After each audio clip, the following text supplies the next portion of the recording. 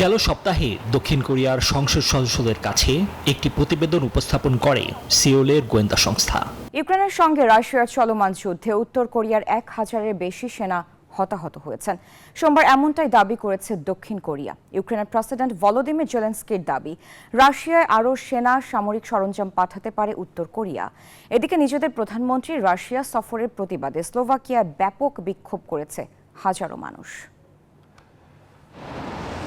গেল সপ্তাহে দক্ষিণ কোরিয়ার সংসদ সদস্যদের কাছে একটি প্রতিবেদন উপস্থাপন করে সিওলের গোয়েন্দা সংস্থা, যেখানে রাশিয়া ইউক্রেন যুদ্ধে মস্কোর পক্ষে লড়াই করে উত্তর কোরিয়ার কমপক্ষে 100 সেনা নিহত হয়েছেন বলে জানানো হয়।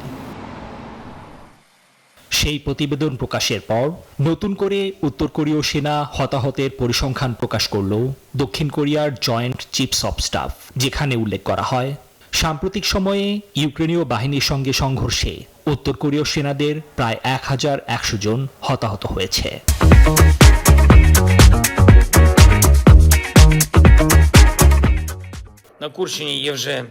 এরই মধ্যে ইউক্রেনের প্রেসিডেন্ট ভলোদিমির জেলেনস্কি দাবি করলেন, রাশিয়ার কুরস্ক অঞ্চলে হতাহত হয়েছেন 3000-এর বেশি উত্তর কোরীয় সেনা। মস্কোর সেনাবাহিনীর জন্য আরও সেনা ও সরঞ্জাম পাঠাতে পারে পিয়ংইয়ং।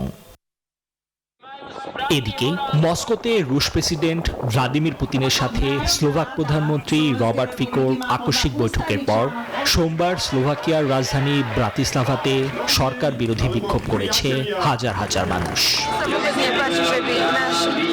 আমি মানতেই পারিনি যে আমাদের প্রধানমন্ত্রী একজন নিরীহ মানুষ হত্যাকারীর সাথে কথা বলবেন। প্রধানমন্ত্রী ফিকোকে বিশ্বাসঘাতক বলেও আখ্যা দিয়েছে বিক্ষোভকারীরা। নিবির আমিন, নিউজ 24।